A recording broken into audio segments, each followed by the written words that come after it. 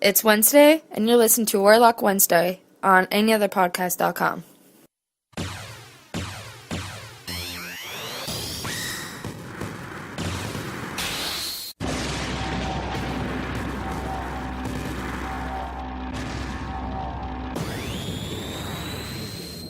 Hello everyone, and welcome to another Warlock Wednesday. I'm your host, Razor, and I got a big show lined up for you this week in the Warlock Hour, and we're going to get right to it with the comic book releases for the week. Alright, from DC, Detective Comics number 18, Green Arrow number 18, Green Lantern number 18, Superman number 17, and Smallville Season 11 number 11. The only odd one kind of there really is Superman number 17. The Smallville started late, so that's why it's only at number 11, but Superman 18 will more than likely be out before the end of the month, even though it's a monthly release. Just because of the shortened February, I believe Superman 18 will be out near the end of the month. They're trying to keep all these titles that started with the New 52 pretty consistent. So those are your DC releases. For Marvel, we got A plus X number 5, that's Avengers and X-Men number 5, where they take one member of the Avengers and one member of the X-Men and write two short stories, different members for each short story. So, for example, it could be, I remember one time they had Wolverine and Hulk were teamed up, Hulk being an Avenger and Wolverine being an X-Men, and in the same issue they had, I believe it was Spider-Man and I can't remember which X-Men they had, but it's basically a nice little short story kind of playing off the whole Avengers versus X-Men thing. Kind of working together to put things back together, put the relations back together. Also from Marvel, all new X-Men number 8, Avengers number 7, Iron Man number 7, and the beginning of the Age of Ultron. This is book 1 of 10. It's a mini-series that's going to be taking place in the Marvel Universe. There's going to be a few tie-ins in some of the other novels. So for those of you who like to collect big events, this is the next big thing from Marvel, and that's the Age of Ultron.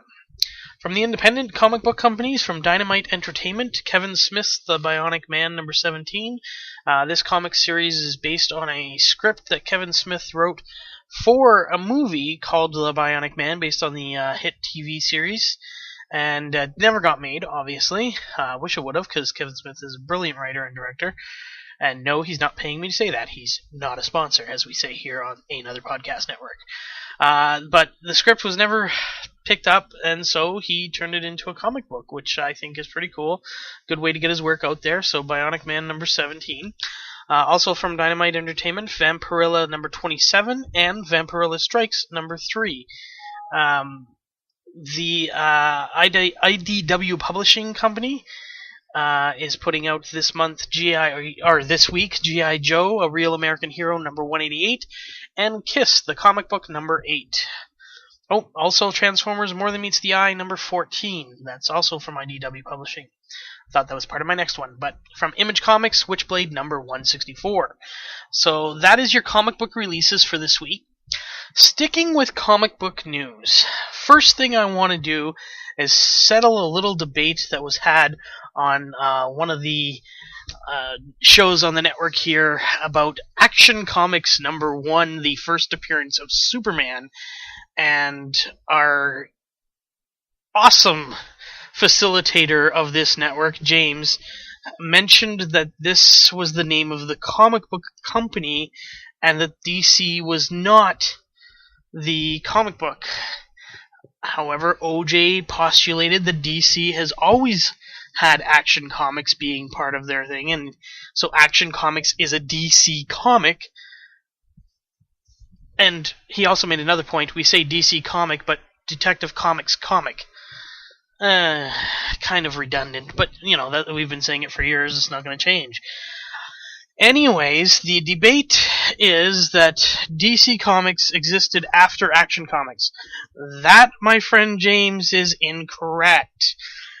Detective Comics, or DC as it is now known, was first established in 1934 under a different name. It wasn't DC then, called National Allied Publications. He was founded by Major Malcolm Wheeler Nicholson. As the next few years went along, they produced little comic strips and everything like that, so they weren't really comics yet. However, in 1936, the company was officially named Detective Comics. This is the comic book company we know today, DC Comics, Detective Comics, whatever you want to call it. Kind of a little rhyme. I'm not trying to rhyme there. Anyways, Detective Comics was established in 1936, producing their first issue in March of 1937. Now, this is wherein lies the little details that were missed. Action Comics #1 was released on, just looking for the exact date, June of 1938. So going back, March 1937, June 1938, Detective Comics released Action Comics #1. So in fact, OJ was correct. Sorry, James, but Superman has always been part of the DC brand. And he was actually introduced before Batman, who wasn't introduced until May of 1939. However, it was still part of DC, Detective Comics Incorporated, as is the official name of DC Comics. We all call it DC Comics today in 2013, but one of the actual company name is Detective Comics Incorporated, owned by AOL Time Warner. Originally just Time Warner, was initially bought up by AOL conglomerate and everything, but owned today by AOL Time Warner. So this is definitely, unfortunately, a loss for Mr. James. OJ was correct in that Action Comics has always been a DC comic, and that first June 1938 issue cost a whopping 10 cents. However, a mint condition copy today was recently sold, as recently as 2011, sold at auction for over $2 million. So just goes to show you, if you keep your comics in good condition, one of these days it could be some big money. Now, also posed on Ehnother Monday was, what is the New 52? Well, I've also had a lot of people complaining about the New 52 and also the Marvel Now, so I'm going to go into probably a very lengthy discussion about comics. So for those of you who are not interested in comics, you may want to skip ahead a few minutes. I hope you don't. I hope you listen. But we're going to get into what's the age of comics. So we start off in the late 30s up until about the late 40s, early 50s, was called the Golden Age of comics. This is a period in history where comics were kind of first starting out. It was the biggest superheroes were Superman, Batman, Captain America, Wonder Woman, and Captain Marvel. Those were kind of your big superheroes of that time. Those were the eras of those. Golden Age basically began in 1938 when Superman appeared in Action Comics #1 by DC Comics. So, James, I'm sorry. Again, you're wrong. But the Golden Age of comics lasted until the late 40s, early 50s. From there, we went into the Silver Age of comics. And this was more artistic. A lot of new artists were coming in. A lot of new writers were coming in. This is where this went from about the mid-50s, early to mid-50s, and considered to go right up until almost 1970. And the most important artists and writers of this era included some of the greats: Stan Lee, Gardner Fox, John Boom, Robert Kanigher, artists Kurt Swan, Jack Kirby, awesome artist, Gil Kane, Steve Ditko. Just goes on and on with the amount of people who we consider some of the best artists and writers of comics, even today, even though they don't write in or draw anymore, and some of them have even passed away. They definitely led the way in comics up until 1970. So that's the Silver Age. The Bronze Age of comics started about 1970 and went up to about 1985. This is considered the Silver Age of comics. And this, again, we saw comics now tackling more world issues. They started dealing with things such as drug abuse, alcoholism, environmental pollution. They started to basically put storylines that were more relevant to society and in trying to get new readers. And every time the age has changed from Golden Age to Silver Age to Bronze Age, and leading into the ones that are coming up, they always do this. It's some of it. Sometimes it's called a reboot. A lot of it's not. They're just different time periods. Now, I'm going to get into this later, so I don't want to get into this too much right now. But basically, when a comic reboots, they can reboot the title, or they can reboot the series, or they can just end the title and start it with a different title. I'll get into more of that later, but basically there's different ways they can reboot things and restart things, and this is in essence to basically gain more readers. So that was 1985, a wrap. From there, we moved into the modern age of comics, which 1985 until present day, but I'm going to actually cap it off at around September of 2011. Modern age ended, in my opinion, in September of 2011. That is because that is when the New 52 started their absolute, complete, and total reboot of the DC Universe. Now, the DC Universe, as I said, has been around since 1937. Approximately 1938 was the publishing of the first comic for the DC Universe, okay? So from 1938 to 2011, everything that happened there is now ignored. In the New 52 universe, this is basically ignoring 99% of everything that's ever happened from day one. They've rebooted every issue. The reason why it was called New 52, and I believe this was why it was asked, there were 52 new series to begin starting in September of 2011, which the first comic again released by DC were both Action Comics #1 and Detective Comics #1, kind of their signature titles from way back in the 30s. These two comics are the only two that had retained original numbering from the 1930s, but were ended and ceased to exist in the modern DC universe, basically forever. If you look up certain points now, unless you know exactly what you're looking for, like the first appearance of Superman is in Action Comics #1, according to the New 52, the first appearance of Superman is now Superman #1 from 2011. Now, they did keep in some major storylines. A Death in the Family, where basically Tony Todd is killed, and then eventually becomes the Red Hood because the Red Hood is in there. They kept the Killing Joke sort of in there, where Barbara Gordon, aka Batgirl, gets shot and is paralyzed. While in the New 52, she's recovered from that miraculously through a procedure. I haven't read it, but the War of the Green Lantern storyline, those three major ones are still kind of part of it. But like I said, this was a complete and total and utter reboot of the entire universe. And unless you know these storylines already, you cannot just search for them under the New 52 label. You'll never find them. You'd have to know exactly where you want to go and what stories to look for. You'd basically have to ask a comic connoisseur to learn some of these things, because the DC Universe, apparently, according to the New 52, did not exist before September of 2011. So, personally, I hate that. I love the way Marvel rebooted things. Now, Marvel now is kind of a reboot of not the whole universe. What they did is they ended titles and they began new titles.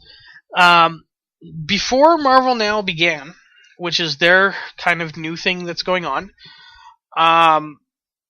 they had a big event. It was a 12-part issue, just the main event, not the tie-ins. There's lots of tie-ins, but it was a 12-part main event Avengers versus X-Men, and basically what they were trying to do is fight over who would control the Phoenix Force, because it returned to Earth and tried to inhabit Hope Summers. Sorry for the spoilers, but if you don't know this and you don't know comics, the Phoenix Force is an alien entity that came to Earth and initially possessed Jean Grey. Jean Grey is now dead in the Marvel Universe at this time, and then it tries to possess the son, or the daughter, sorry, of Cyclops and Jean, who is Hope Summers. However, it is intercepted, and it goes into 5 X-Men, and these 5 people became the Phoenix Five, and they started to do many evil things, and the Avengers were basically battling the X-Men. There was a few that were battling on both sides. You got Wolverine, who is an Avenger, but who is also an X-Man, so it just made for a lot of different aspects, and as a result of this huge clash, this huge outcome, many titles were spawned off of that. We have a title, the first one debuted in October of 2012, and that was Uncanny Avengers, and basically what this was in a way trying to repair the bonds that were broken when the Avengers fought the X-Men. What they did is the Uncanny Avengers, as we know, one of the most famous titles is Uncanny X-Men. That title has been around for a long, long time. And another major title is the Avengers. So, Uncanny Avengers was a kind of a mishmash of this. And there's a few Avengers, and there's a few X-Men. And basically they're led by Havoc, a.k.a. Oh, goodness. It's Scott Summers' brother, and I can't think of his name. Okay, anyways, basically it's taken a few people from the Avengers and a few people from the X-Men, and they're in this new comic called Uncanny Avengers. That was the first one. Other titles that have been released since are All New X-Men, which basically Beast of the X-Men goes back in time and pulls the original class from the past into the present. So we have Angel, Beast, who's not blue yet, Cyclops, Jean Grey, and Iceman. The original 5, not the movie version of the first class, the original first 5 X-Men from the comic books are brought into the present, basically to show Cyclops of the past what has become of him. Because, spoilers, the Cyclops of the present, when he was infected by the Phoenix Force, killed Professor Xavier. So they're trying to make this not happen in a sense. So that's a title that started. Basically, a lot of titles got ended and restarted with new number ones.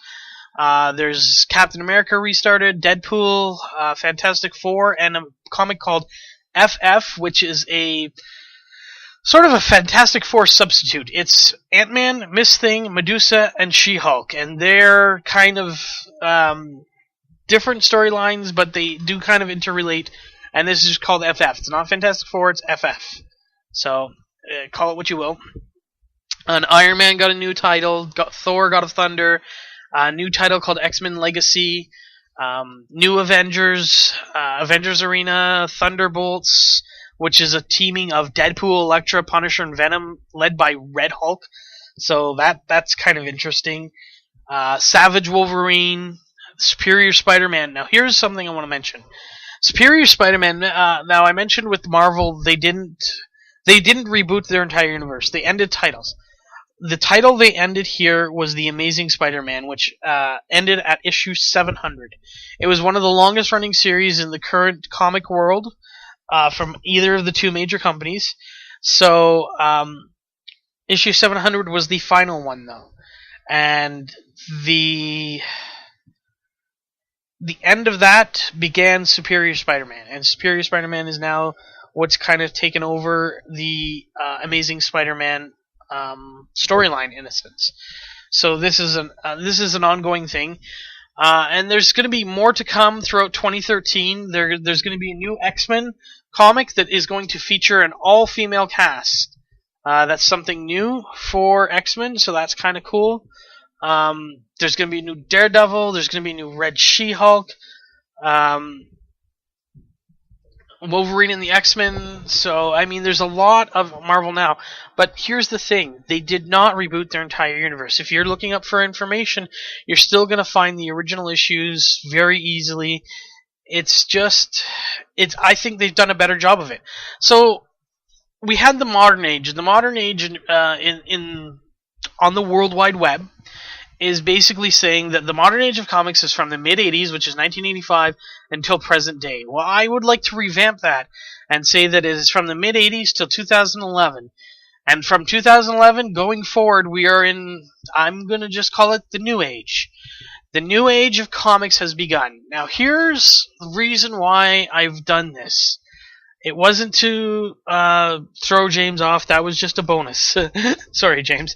But it was to the fact that a lot of people are bitching, moaning, complaining about the New 52. They're bitching, moaning, and complaining about the Marvel Now.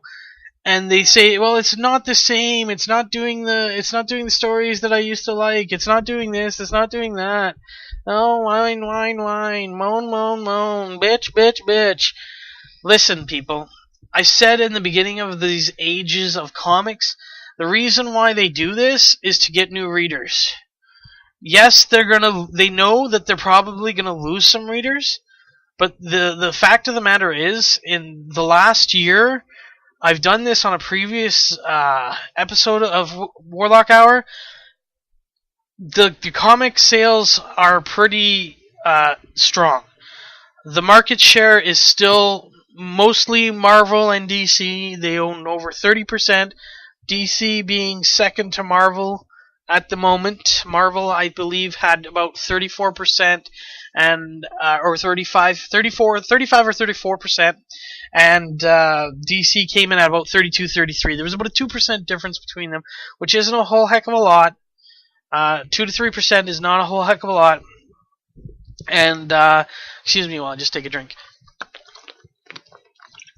Okay, so the fact that people are complaining, all I've got to say to you is, you know what? If you don't like it, stop reading. And I know there's people that will stop reading comics, but unfortunately, the reason they do this is to attract new readers.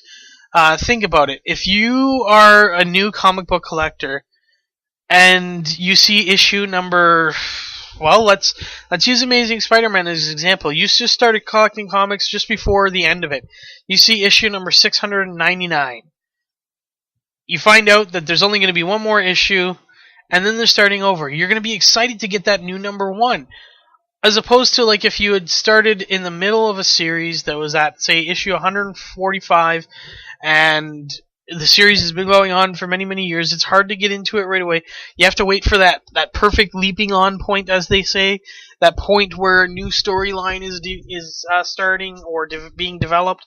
And it can be quite cumbersome, and it just turns some people off. It just makes them not want to do it because it's just too much. They have to get so much backstory. So, to come into a fresh title when you know you like the character, let's be honest here. Avengers and the Dark Knight trilogy has really made a lot of new comic book readers or people who are interested in reading comic books again, whether it be digital download or whether it be going to your local comic book store. It's absolutely amazing to me that people bitch and complain so much when this has happened over and over again. Now, here's the thing. Most of these people that are complaining are children of the 80s or 90s. Okay? They've only really lived through one age of comics. They only lived through the modern age of comics, really. From the mid-'80s up until 2011, it's been one age of comics.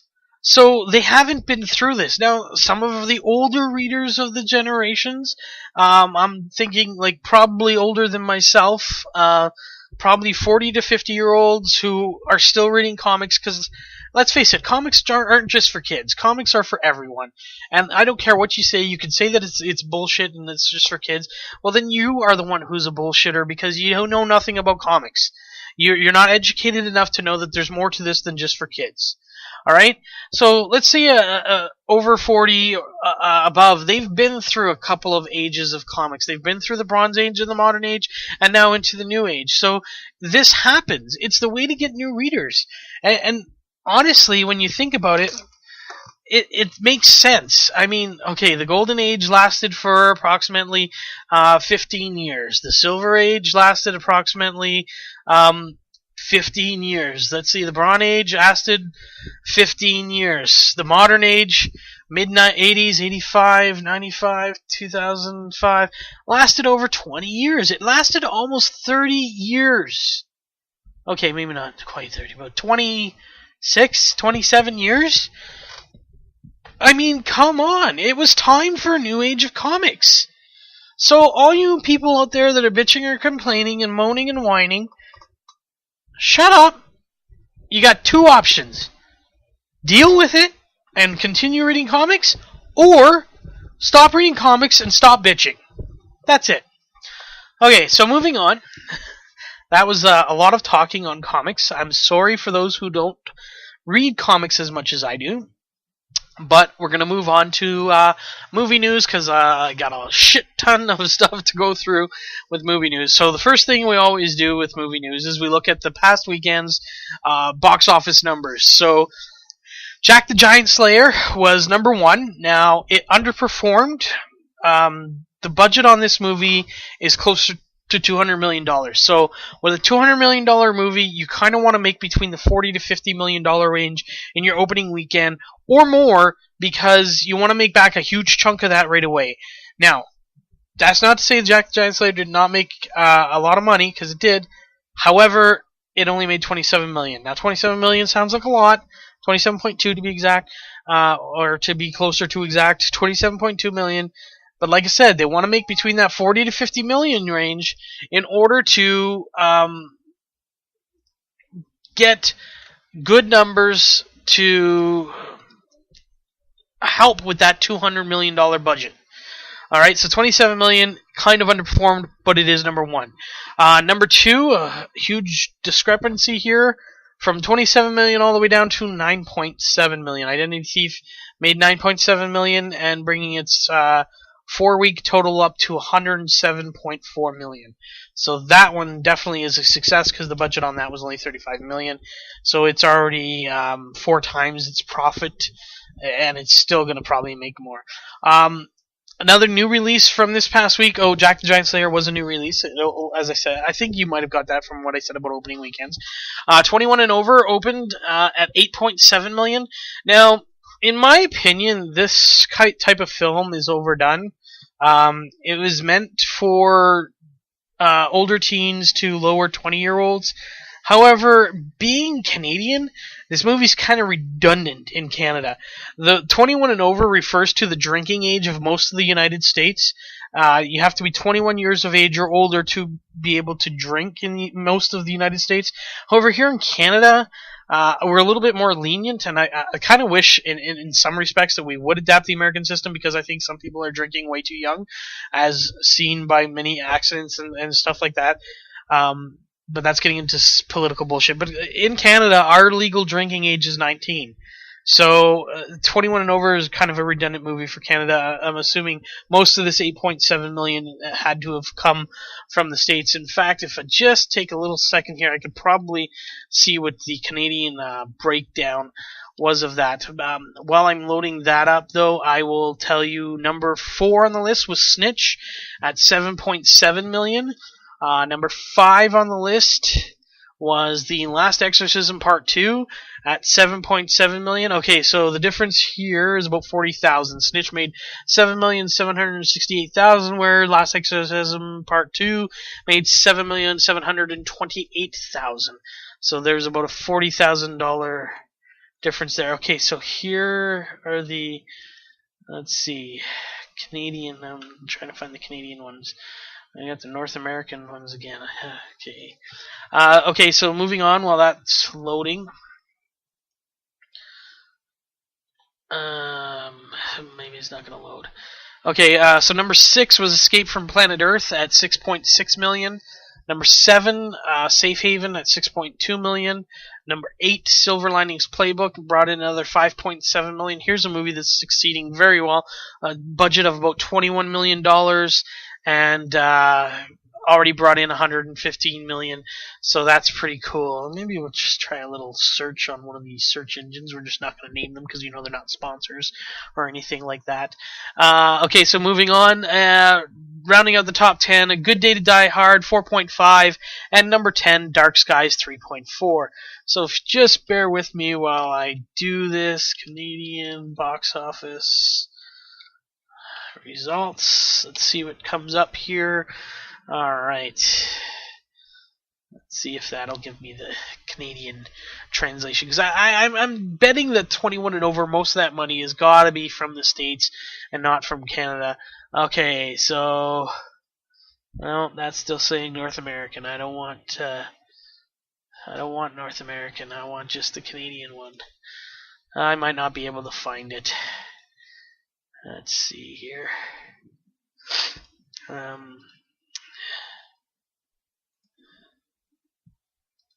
Sorry for the delay, folks. Okay, also want to mention that with the box office numbers, while we are on them, that worldwide, The Hobbit has now cracked $1 billion. $1 billion. So, okay, so here we go. Looks like I can find the Canadian ones. Just a second. What weekend are we? We were February 22nd to 24th. That's not Canada. Alright, maybe this isn't going to work. Alright, sorry folks. It looks like I can't get some statistics on the Canadian market for some reason.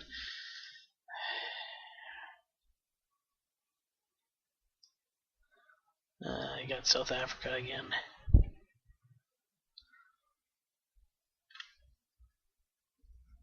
Okay, so, yeah.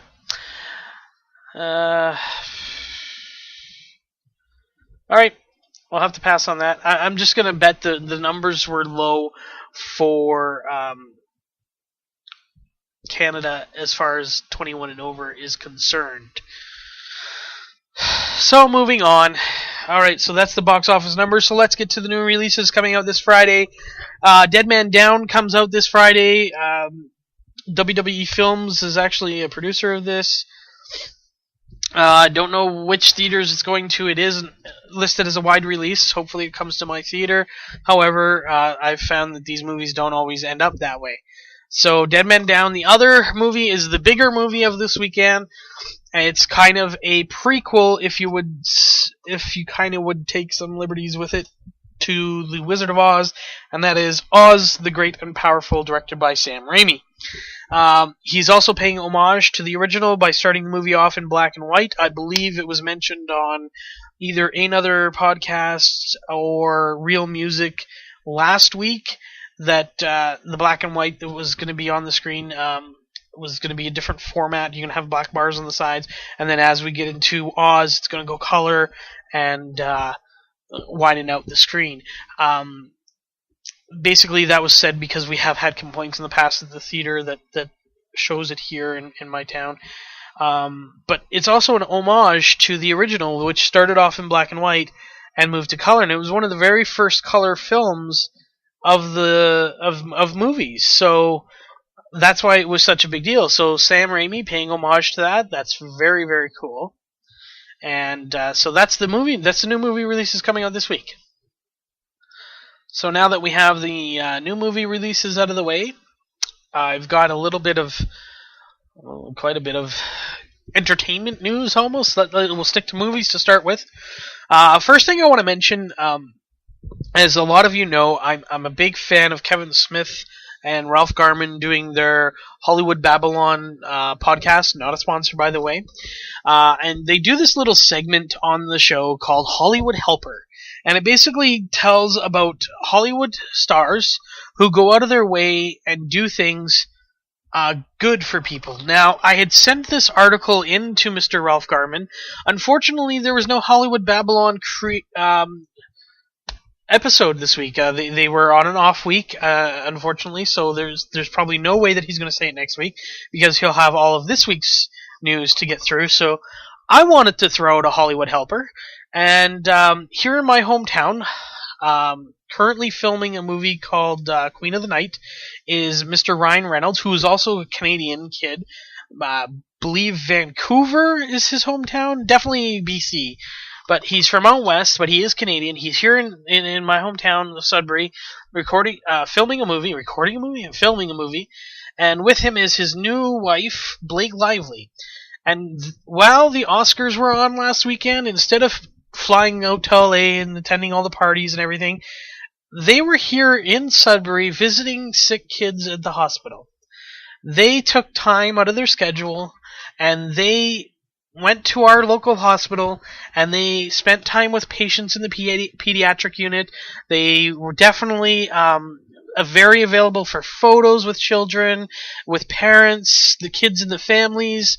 Very, very awesome way for them to spend this time where most celebrities, especially Hollywood ones, are out at the Oscars.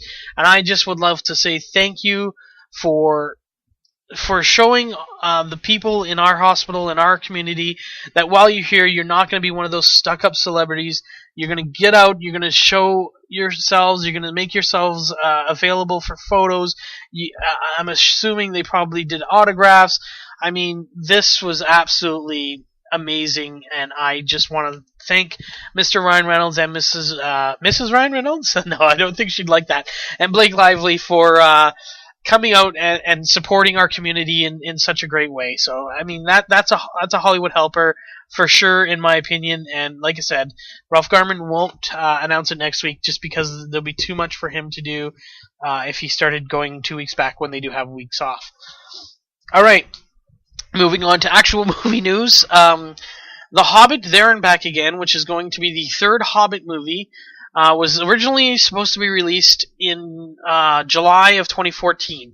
This would make it so that when the second one, which is The Desolation of Smaug, which is going to be released December 13th of this year, there would only be about a 7-month wait, just under 7-month wait, to see the final Hobbit. Now you have a year, because the final installment of The Hobbit will not be released till December 17th, 2014, for a couple of reasons. This is going to maintain the consistent December release dates for all of the Peter Jackson movies, the 3 Lord of the Rings movies, and now the 3 Hobbit movies, which I still think is bullshit that they're making 3 movies out of this book, which is smaller than any of the Lord of the Rings books, and each of those were only 1 movie.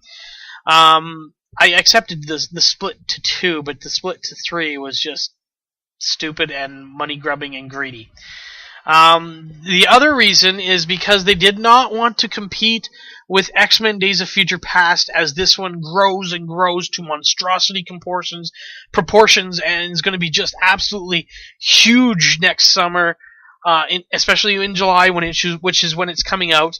And the basic premise, the thinking behind this is, if we don't compete with that, we're not going to lose money to that. So let's go out in December like we're normally doing, and basically, they're going to be against a movie called Minions, which is a spin-off off of Despicable Me, and a movie called Tomorrowland. That's who their competition is now, as opposed to X-Men Days of Future Past, which is just stacking up to be absolutely phenomenal. So that is what is happening there. Going into Marvel news, since I just mentioned X-Men Days of Future Past, I'll get to that casting news in a moment, but we have some casting news for The Amazing Spider-Man #2. Mr. Chris Cooper is going to be playing Norman Osborn, aka the Green Goblin, in the upcoming Amazing Spider-Man 2. So he is going to be joining a cast that seems to be growing as well. The article is saying, while it's surprising that another villain would be added to the cast of the film, which already includes Jamie Foxx as Electro and Paul Giamatti as the Rhino, the character's company Oscorp was heavily featured in the first film and appears to continue that trend in the second. The inclusion of Norman Osborn also makes sense, given the Chronicle star Dane DeHaan has been cast as his son, Harry Osborn. So, Now, a lot of people are speculating whether he's actually going to be the Green Goblin in this movie, and I say yes. I think by the end of the movie. Here's one of the things I've said is, in order to do this trilogy right and then lead into hopefully more, is they've got to do this Gwen Stacy storyline to perfection. And the way you do that is, this time we get to see Norman Osborn. However, we don't see him as the Green Goblin, maybe at all, but definitely not till at least the last scene of the movie, maybe even a shawarma scene or a Thanos scene. One of those two types of things, and for any of you who listen to the Ehnother Podcast Network, you should know what those are. For those of you who don't, the Thanos scene, as we refer to it here on Ehnother Podcast Network, is basically the scene that happened just after a little bit of the credits in the Avengers. Like, if you stayed in your seat for probably about 45 seconds after the Avengers credits started, there was a little scene that revealed that Thanos was basically going to be the big bad in Avengers 2. The shawarma scene, if you stayed right till the end of all the credits, you see the Avengers sitting in a little shawarma shop having shawarma. So that's what it refers to. So a Thanos scene, a little bit into the credits, shawarma scene right at the end. So I think this is basically where we might see the Green Goblin, or might get an indication that he's going to be the Green Goblin, with him maybe talking to himself, much like Willem Dafoe did in the original Spider-Man trilogy. I think that this is absolutely fantastic if they do it that way, where we don't see him as Green Goblin until the very, very end of the movie in one of those two scenes, either the Thanos scene or the shawarma scene, or maybe not at all, just kind of him going the mental case that he's going to become. Because I think the focus is going to be on Electro. I think Electro is the main bad guy.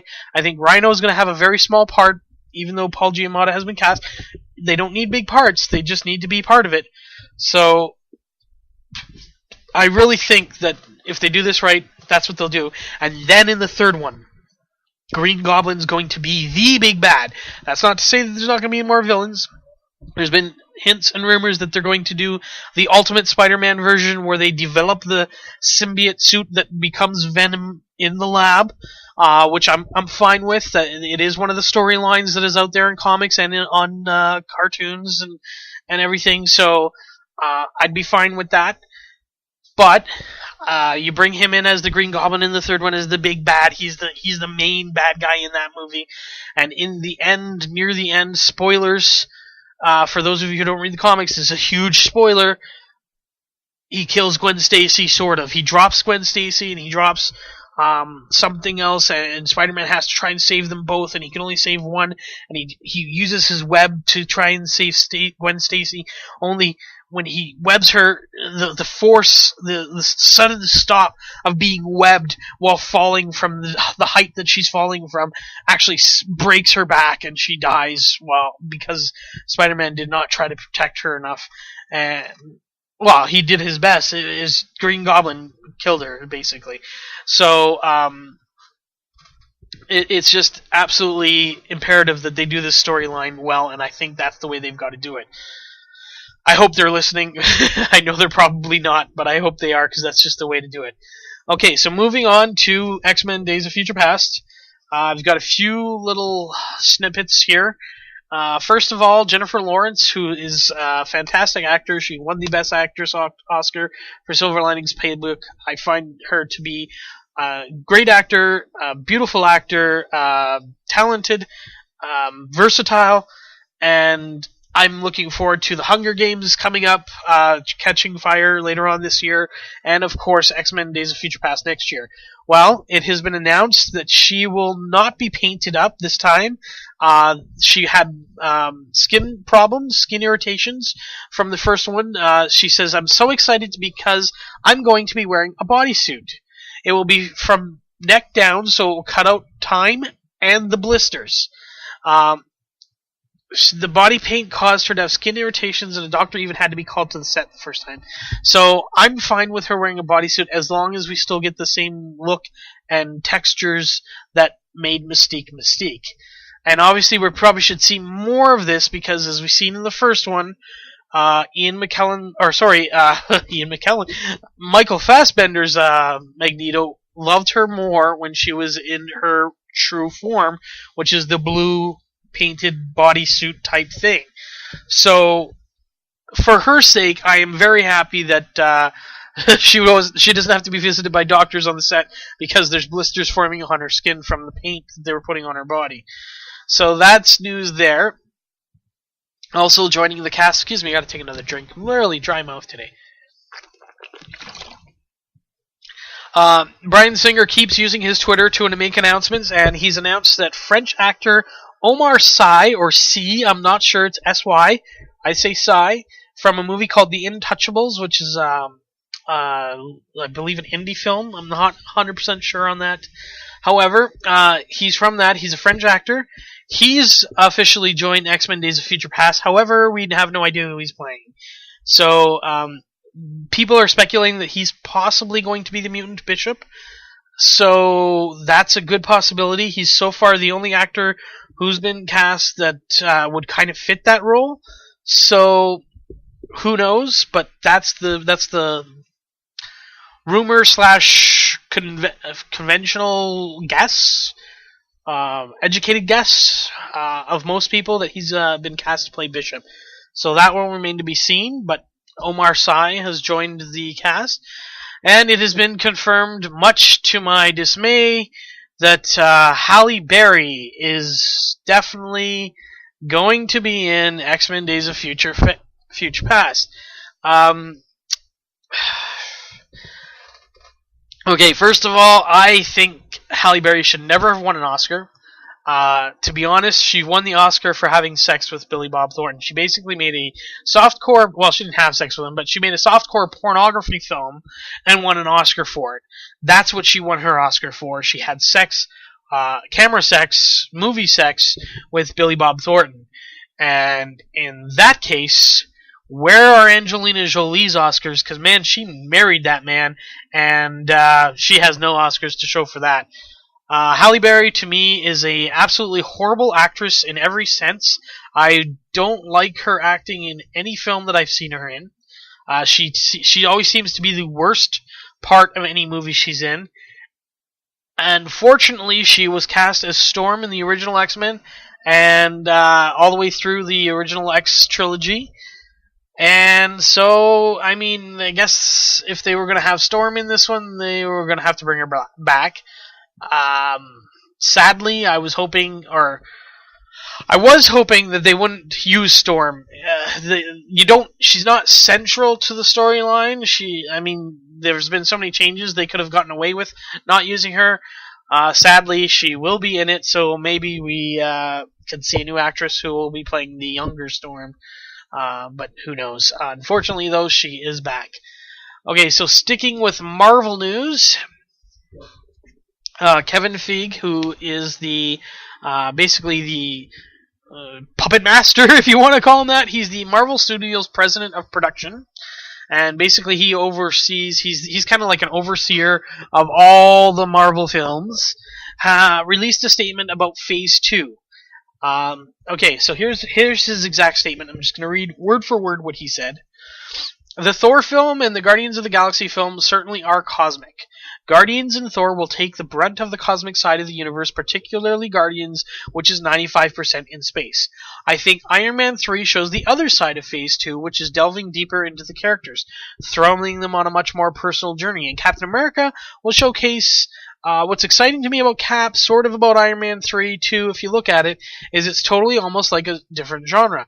Shane Black's described Iron Man 3 as a Tom Clancy sort of political thriller, which I like a lot. We hired our directors on Cap because they loved our explanation that we really want to make a 70s political thriller masquerading as a big superhero movie. Just like with the first film, we got Joe Johnston because we said we want to do a 40s World War II movie masquerading as a big superhero movie. I love that we're doing a sequel to a film that's a completely different genre than the first film. I think that's fun, and the comics do it all the time. So, Phase 2, as we know, starts on May 3rd with Iron Man 3. It will continue with Thor, The Dark World on November 8th of this year. And then Captain America, The Winter Soldier, April 4th of 2014. Guardians of the Galaxy on August 1st, 2014. and then culminating with the Avengers 2 on May 1st, 2015. So that's the lineup for Phase 2, and from the sounds of it, it's going to be almost 3 separate movies. Although Guardians is going to be kind of almost a standalone, because Guardians might not have as big of involvement in Avengers 2 as we've been led to believe, but it is still happening within the Marvel Universe and happening at the same time. So we'll have to wait and see how things pan out. I mean, we have between now, which is, when you're listening to this, going to be March 6th of 2013, all the way till May of 2015 to figure out what's happening in Avengers 2. We all know that Joss Whedon is writing the script and working on that aspect of things. So, needless to say, we are not totally sure what Guardians, if any, will be in the Avengers 2. We do know, though, that it is part of Phase 2, and we have 5 movies before the end of Phase 2, beginning on with Iron Man 3 and culminating with the Avengers 2 before we begin Phase 3. So that's it for that. Now, those are the Marvel side of things. So what's going on in the DC side of things? Well, not much. DC, as we know, is owned by Warner Brothers. Warner Brothers is putting out approximately 1 movie every 2 to 3 years, and that is in no way competing whatsoever with anything that Marvel's doing. So they are losing the movie war, they're losing the comic book war. The only war they seem to be winning is the cartoon war, or the animated war, whatever you want to call it, and that's the only one they seem to be winning at this moment, because most of the Marvel animated stuff has just started or isn't as living up to the hype that the rest of basically the DC universe. If you know DC at all, their animated stuff is pretty good. So anyways, what I do have is complete rumor, conjecture, speculation, take it with a grain of salt kind of stuff. We do know this. Christopher Nolan is kind of going to be taking over, or has been approached to take over everything related to their DC comic properties. Warner Brothers wants Nolan to basically be the Joss Whedon of the DC universe. He wants him to oversee as much things. It'll be more of a producing capacity, not a directing capacity. It'll be more of an overseer, so that if they do start to follow the Marvel blueprint, which I mean they need to, they need to have somebody that's going to kind of look over things, and I think that's a great idea. And Christopher Nolan did do great with Batman, but he does have to let other people do the directing, and I think that's what he will do.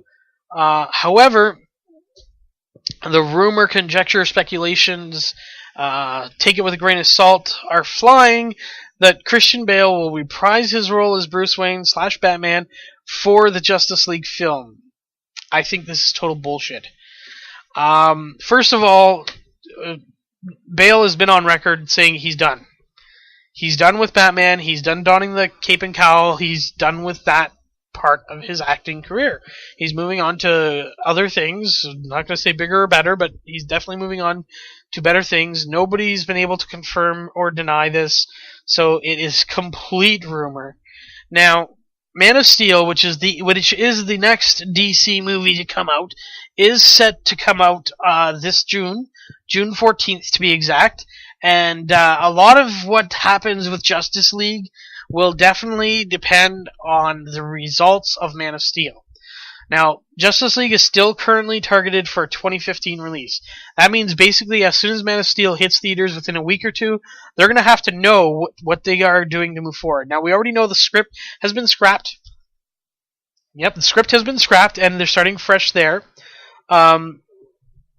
Christopher Nolan, if he is going to take this job of overseeing everything DC comic related, then that's a good thing. Here's my thing. Christian Bale should not do this. Here's my reasoning. Yes, he was a great Batman for what happened in the Dark Knight trilogy. However, that's just the point. It was dark. Justice League has to be a little bit more up. It has to be a little bit more brighter in some respects.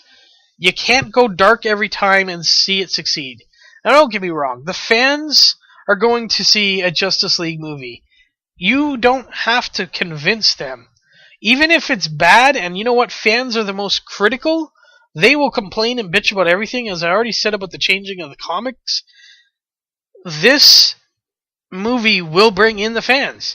What it has to do is it has to bring in the casual fans and the non-fans. Something that Avengers did fantastically by releasing these movies, getting the people invested in these characters, and then putting out such a wonderful film, like one of the best comic book movies, well, financially speaking, the best comic book movie ever made.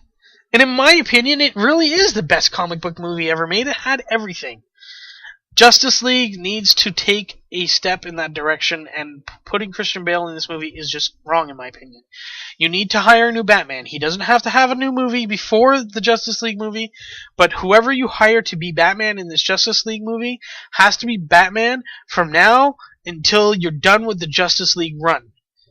At least 3 films, basically. And I'm saying probably 4 or 5. You sign him for the Justice League trilogy, because we all know these days everything's done in trilogies. But you also sign him to a couple of other pictures so that you can make a couple of Batman movies. This guy's got to be committed to play Batman for a while. And that's something that Marvel's done very well. A lot of people bitch and complain that they don't offer a lot of money. You know what? We don't know what they offer most of the time when it comes to contracts. We do know that it's a little lower, and they're asking these people to make a longer commitment. But as we've seen with Samuel L. Jackson, some of these commitments are less cameo roles. They just want them to sign these huge picture deals where they're not always going to be the star. You take, for example, Mr. Robert Downey Jr., who signed a 6-picture deal. Okay? 3 Iron Mans, 3 Avengers. That's his 6 pictures. In Avengers, he's not carrying the work himself. Yeah, he's probably the biggest star because Iron Man made him huge. It turned his career around, and it's fantastic. But when you think about it, they've got to hire these people for these DC movies for longer terms. They got to get them to stick around, because it's the only way they're going to succeed and compete with Marvel. Just my opinion. All right. So, moving on. I'm just gonna see what's next here. We've got a few movie announcements.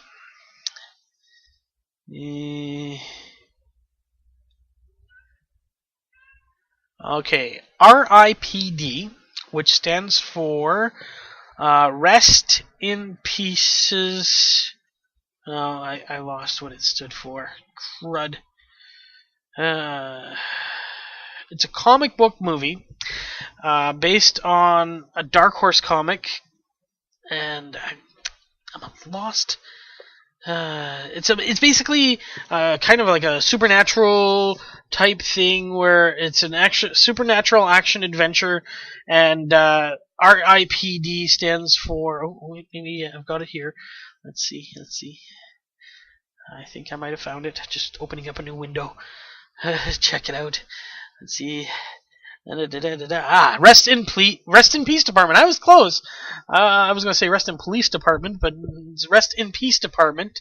And basically, this has got a release date now. We also got a release date for a movie called Two Guns, and we have a release date for Kick-Ass 2. So the release dates are July 19th. Two Guns coming out August 2nd, and Kick-Ass is going to August 16th. Okay, so originally, R.I.P.D. still has the same release date,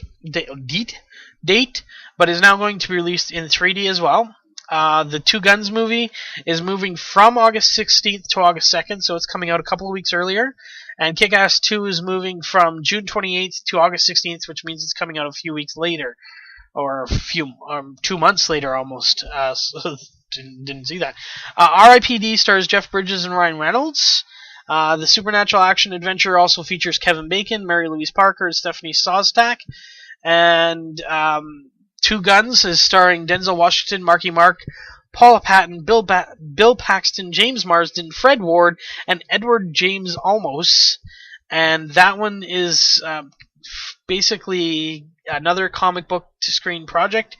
And then Kick-Ass 2, as we all know, based on another comic book, has Aaron Johnson, Chloe Grace Moretz, and Christopher Mintz-Plasse reprising their roles from the original, and that one is also coming out this year. So we've got 3 movies from Universal that have changed dates or changed what they're going to be doing.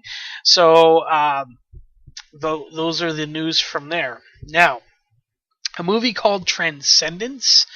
I haven't heard much about this, but I really wanted to kind of just say that officially Johnny Depp is going to be in this movie. So from right there, I kind of want to see this movie just because of that fact alone. I like Johnny Depp. He's a good actor in my opinion, and I definitely hope that he brings his talents to this movie, whatever it's going to be about. Okay, so another rumor flying around, and I should have included this with the Marvel news, but I forgot about it till right now, is who's going to be playing Ant-Man. The big rumor is that it's going to be Paul Rudd. Now, for those of you who know who Paul Rudd is, he's more of a comedic actor, and some people are like, well, he shouldn't be playing a comic book hero. But you know what? All actors have this thing that they can do called acting. Just because an actor is a comedic actor doesn't mean he can't play a superhero. Doesn't mean he can't play a serious role.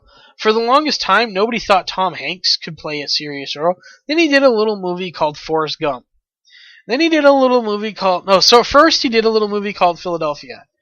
Oh, what did he do with that? Oh, he just won an Oscar. Then he did a movie called Forrest Gump. What did he do with that? Oh, he just won an Oscar. Back-to-back years, that man won an Oscar for playing a lot more serious roles than comedy. So you know what? If you're not willing to give a guy a chance, I mean, you have no business watching movies. They are actors for a reason. They know how to perform. They know how to do things. So while this is a rumor, I'd accept it. Whoever Edgar Wright casts, I'm going to be happy with, because I like Edgar Wright movies, and I'm looking forward to Ant-Man. It's not for a long time yet. It's going to be late 2015. But, hey, I'm looking forward to it, and whether it's Paul Rudd or not. Okay, so I've got 2 little statements here. As most of you know, Evil Dead, the remake, comes out April 5th of this year, and it looks absolutely fantastic. It's definitely going for more of the horror version than the kind of campy version that was released when Sam Raimi originally did it. Although Sam Raimi did want to do a horror movie, it just turned kind of campy, and so that's why he did Evil Dead 2 and Army of Darkness, aka Evil Dead 3, as more of the campy style and kind of funny more than horror. Now, a lot of people, every time Sam Raimi gets on a panel, every time Sam Raimi meets fans, every time Sam Raimi does any Q&As, he gets asked one question. Evil Dead 4? Well, according to Bleeding Cool News, not a sponsor, ShockToYouDrop.com, not a sponsor, I would love to make Evil Dead 4, quotes Raimi. My brother and I plan to work on the script this summer. That came out on March 1st.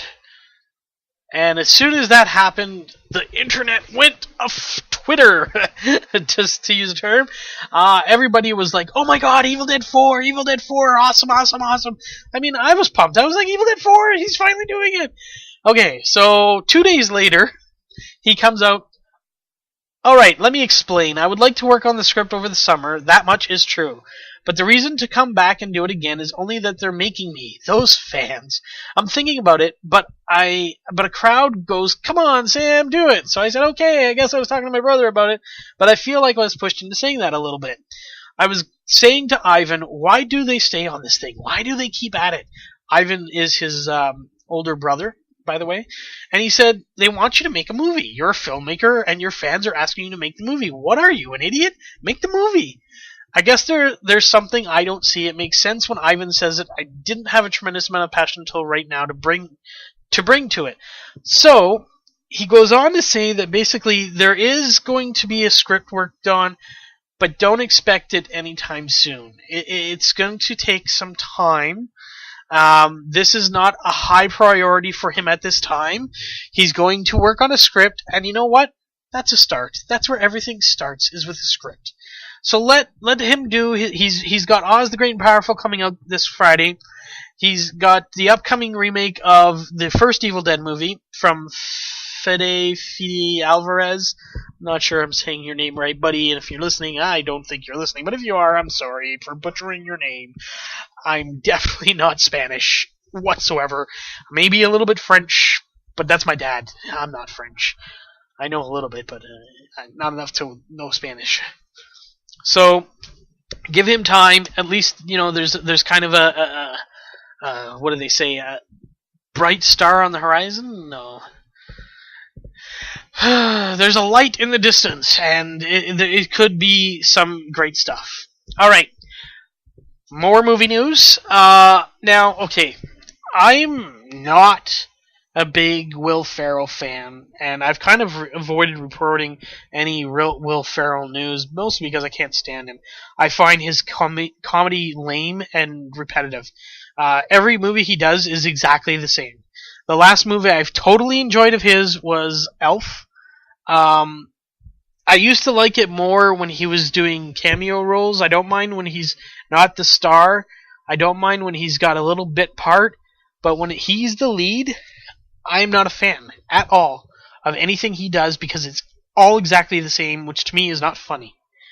That being said, Anchorman: The Legend Continues just made a huge casting release, and that is Mr. Harrison Ford is joining the cast of Anchorman: The Legend Continues, the sequel to Anchorman: The Legend of Ron Burgundy.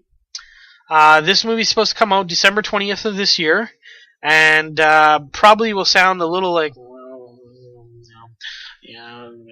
penitent man kneels before God. But sorry, Ralph Garman, I just had to use your little Harrison Ford thing. Harrison Ford definitely needs to maybe have his mic turned up a little bit so we can understand him sometimes. But as we know, he's been already expected to reprise his role as Han Solo in Star Wars Episode 7. Well, now he's also going to be filming at least a small part for Anchorman: The Legend Continues. Finally, in movie news, I have more entertainment news, just not dealing with movies, but in movie news, Resident Evil 6 gets a release date, which many believe will be and myself included, will be the final film of this franchise. They've set a September 12th, 2014 release date, which means they probably go into production within the next 6 months. I believe that basically the story has already been kind of mapped out. If you've watched any of the newest ones, like the Resident Evil Retribution, if you watch the way it ends, it definitely looks like that this is going to be the final film, which is fine by me. I hope that there's going to be a great conclusion. I think this is going to be a fantastic end to a great series. Mila Jovovich obviously is going to be back, and I'm looking forward to it. I know there might be people saying, "Oh, there's a sixth one, there was a fifth one," but honestly, I'm happy that they're releasing the sixth one, and as I said, I believe it's going to be the last one of the franchise. So, that's that. Okay, so more entertainment news. This one kind of dealing more with television things. Now, for anybody who knows me personally, they know that I'm a big Star Trek fan. I'm a Trekkie/Trekker, which means I love both series, the original and Next Generation, and I love most things Trek with the exception of Kate Mulgrew. There's a few of the prequel stuff that I hated with the series Enterprise, but, that being said, things being what they are, Alright, so anybody who's paid any scientific news, or paid attention to any scientific news, knows that Pluto, which is now considered a dwarf planet. So first it was a planet, then it wasn't a planet, now it's a dwarf planet.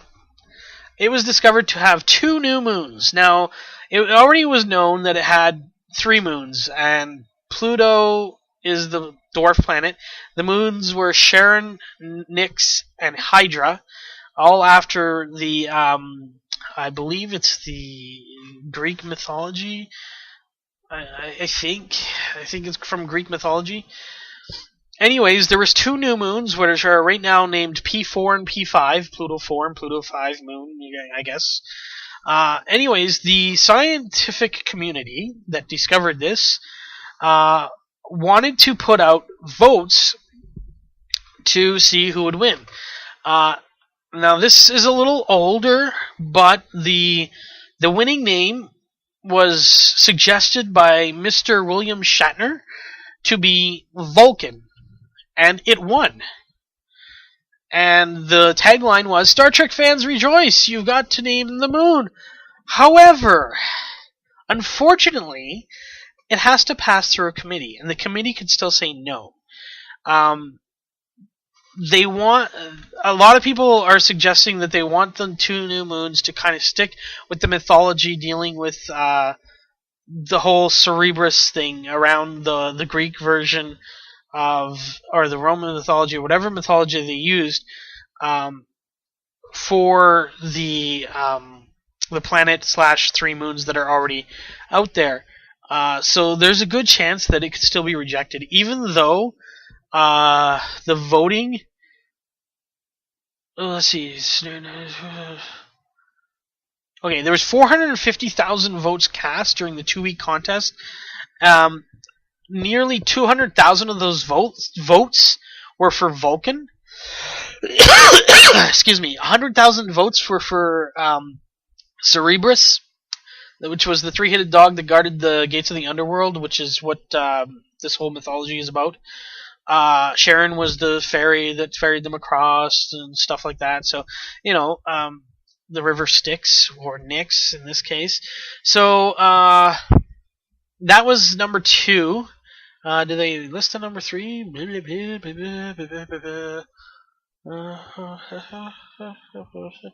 Okay, so it's Roman mythology, just reading those little things, sorry.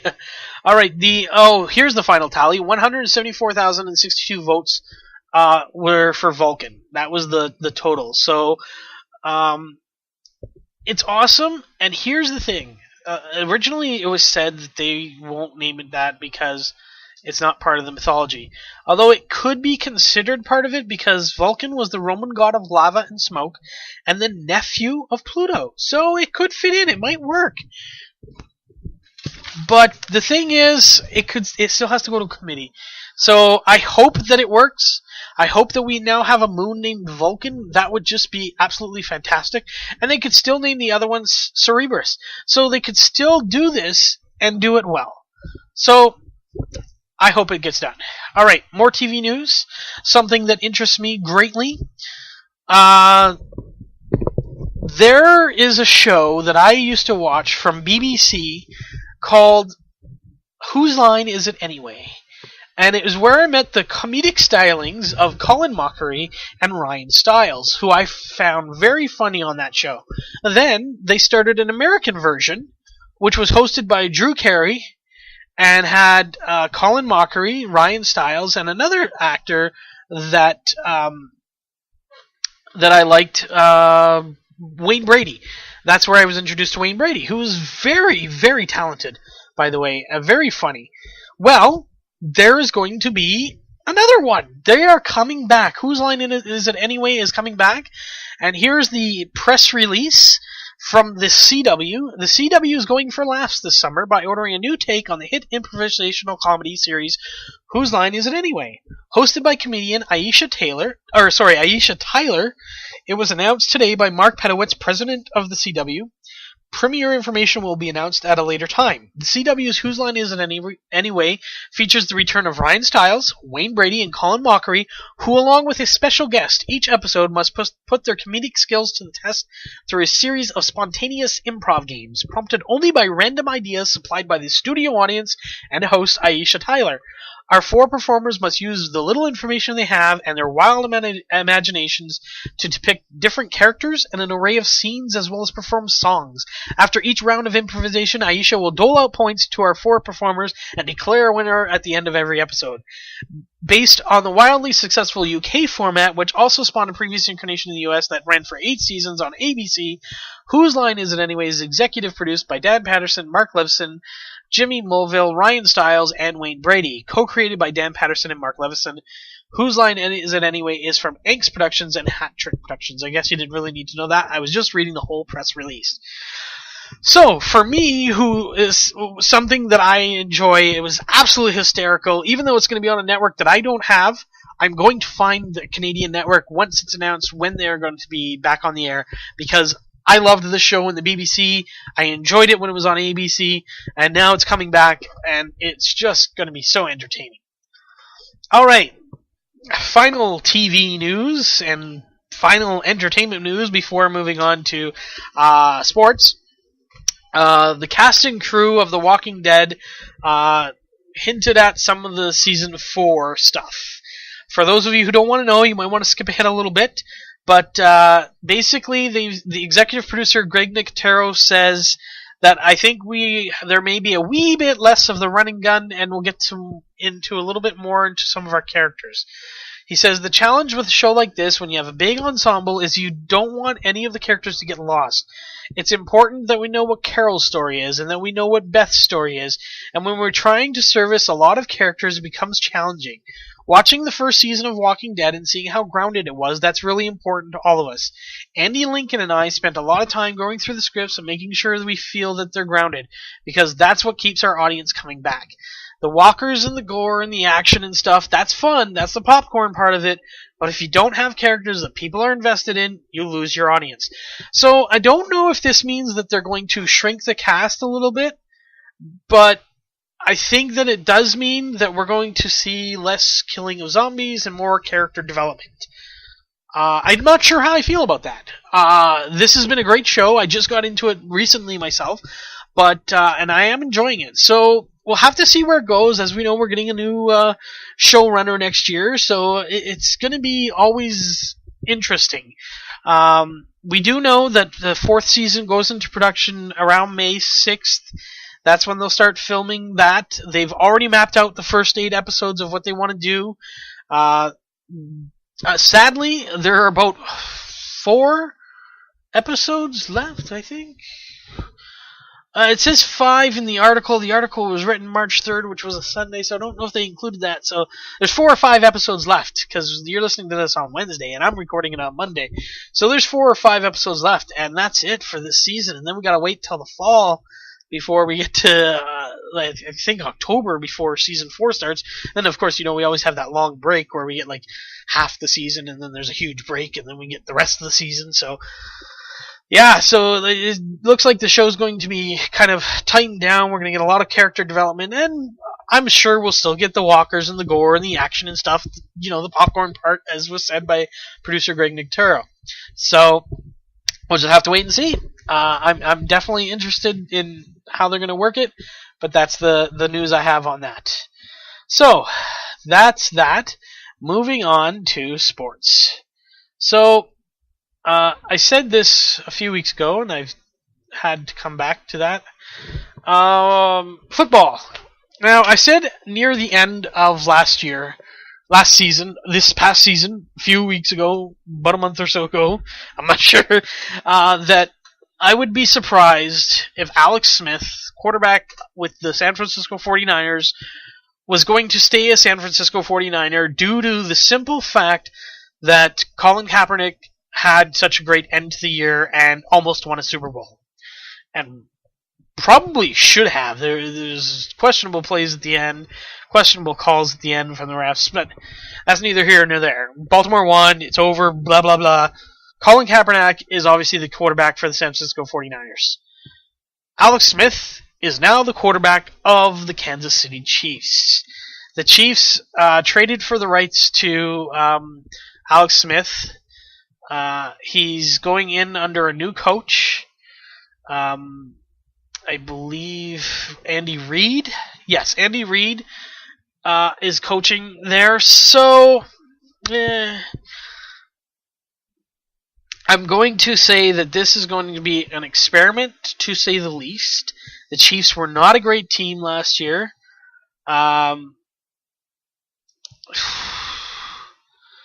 I think they finished, 2-14, maybe? See if I can find a quick stat on that. But it was just... I knew that he wasn't going to be there. I just don't know if Kansas City is the right fit for him. Just looking here. Kansas City, 2 wins, 14 losses. Making them, I believe, the worst team in the league. So they're going to get the number 1 pick, too. So, it's just, I just don't know if it's the right fit. But I was right. He's not going to be a San Francisco 49er next year. Colin Kaepernick's team all the way next year. So that's that. Moving on to NHL news. We are going to take a look at our standings. Just going to do a quick refresh because some hockey's happened since then.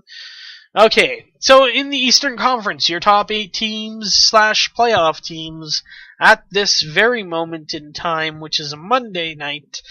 Montreal sitting on top of the Eastern Conference with 32 points. Right behind them at 30 points is the Pittsburgh Penguins. Sitting in at third is Carolina with 25 points. And finally, a team has kind of stretched away in that weak division because, as I said, there's teams ahead of them that would be ahead of them if we just ranked on specific points. Sitting fourth right now with 30 points is Boston. Fifth is Toronto with 28 points. Sixth, Ottawa, 28 points as well. Seventh is New Jersey with 25. And eighth is Philadelphia with 23. Now, the gap between my Toronto Maple Leafs, diehard Maple Leaf fan, and the Philadelphia Flyers, who are in the final spot, is 5 points. So they got a 5-point gap, and they are playing teams this week that definitely could help them. They play Ottawa, and they play Boston. If they can win both those games, huge task, don't get me wrong, this is going to be a mountain hill to climb. But if James Reimer can play like he did tonight, stand on his head, give his team a chance to win, and they win both those games, they are sitting pretty at 32 points after those 2 games on Wednesday and Thursday. So this is a huge week for Toronto. They can get into maybe not the top 3, but they can definitely secure that 4th spot if they win both those games. So I'm hoping for it because I definitely am a huge Leafs fan. Okay, moving to the Western Conference, because I know there's probably not a lot of Leafs fans that listen to my podcast, but I am.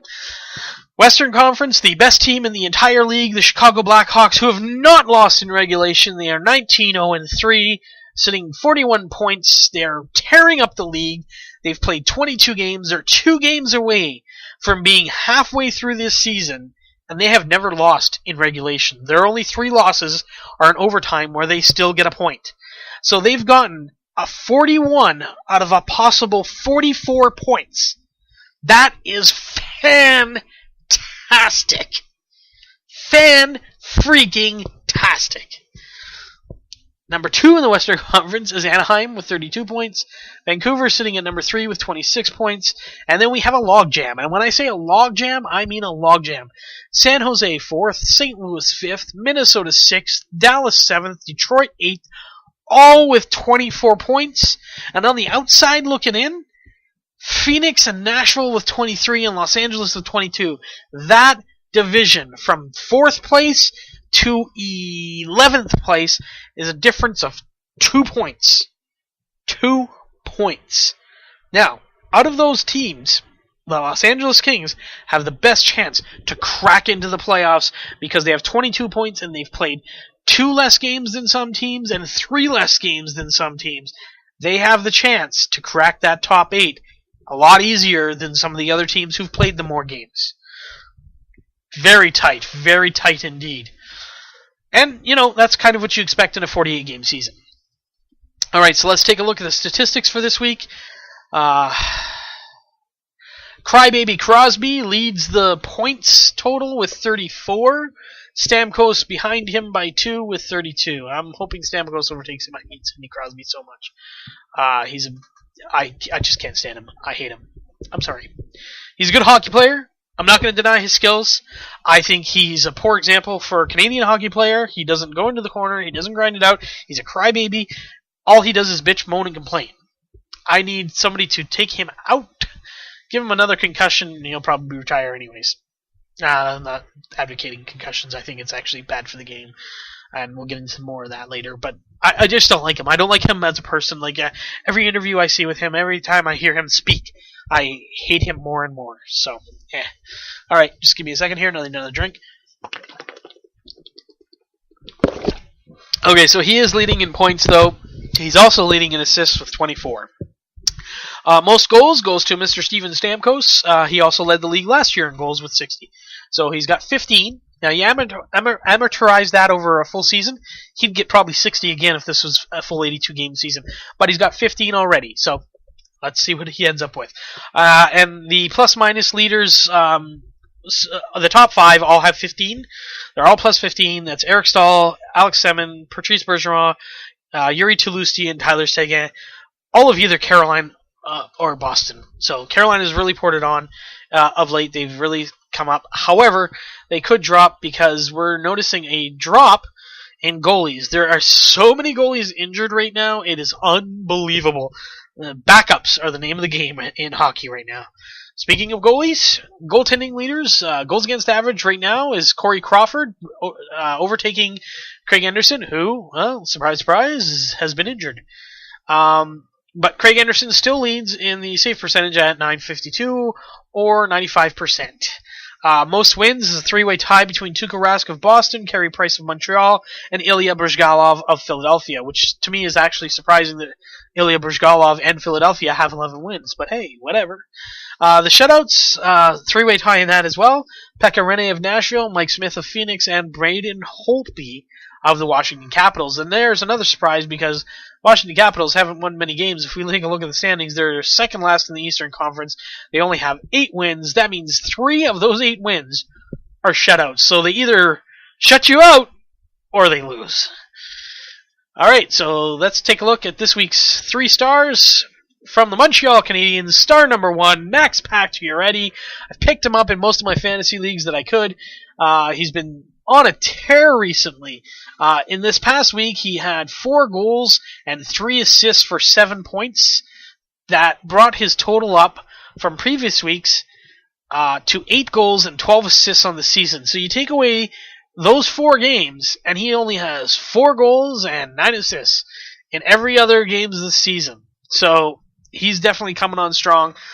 Definitely a player to watch out for, even if he is a little dirty at times. Patrice Bergeron, second star for the Boston Bruins, had, let's see, he had 5 assists, 2 goals, 5 assists, there we go. He had 2 goals and 5 assists in his 4 appearances this week for the Boston Bruins. They, I believe, won everyone. No, they lost one of the games to Montreal. That's right. So, yeah, they went 3-1. So that's pretty darn good. Third star this week. Usually a goalie ends up on this list somewhere. Minnesota Wild's goalie Nicklas Backstrom went 3-0 this week with a 2.0 goals against average, beating the Calgary Flames, the Phoenix Coyotes, and the Edmonton Oilers. So that's your 3 stars for this week. NHL announced today that the draft lottery is going to change. Before, what would happen is the bottom 5 teams, basically the 5 worst teams, they would put like bingo balls into a bingo drum and roll it around, and a team's name would pop out, and they'd win the draft lottery to pick first overall.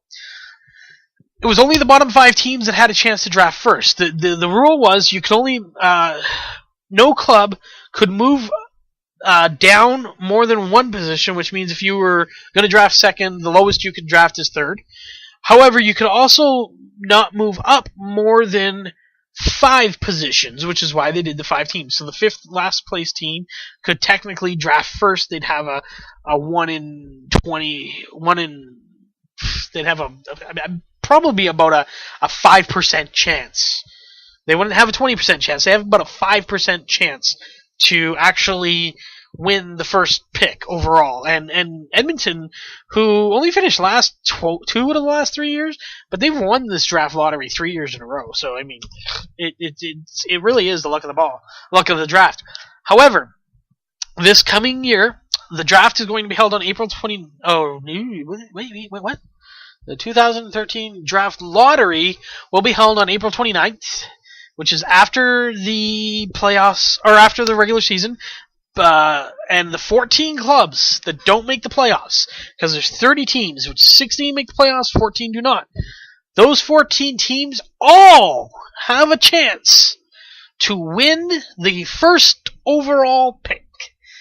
Okay? So that means if you finish just missing the playoffs, you still have, albeit a small one, the chance to win the top pick in the draft. So, the breakdown would be basically like this. If you finish last, you have a 25% chance of winning the draft lottery. Second last, 18.8%. 14.2, 10.7, 8.1, 6.2, 4.7, 3.6, 2.7, 2.1, 1.5, 1.1, 0.8, and 0.5. So if you're that team that just missed the playoffs, you still have a 0.5% chance of winning the draft lottery, which means that of all the balls that are in there, they're rolling around in there, one of those little balls has your name on it. You have a chance to win it. So, they've announced that the draft will be held Sunday, June 30th, with all 7 rounds, and this is new too, will be drafted on the same day for the first time since 2006. So, that means that instead of drafting the first, I think it was first 2 or 3 rounds the first day, and then the rest, I think it might have been the first 2. The first 2 rounds were the first day, and then everything else was the second day. No, everything is going to be on Sunday, June 30th. All 7 rounds. They'll probably televise the first 1 or first 2, and that'll be it. The New Jersey Devils will be hosting the event. This is the first NHL draft ever held in the New York City metropolitan area. The draft will start at 3 p.m., and will go to about 8 o'clock.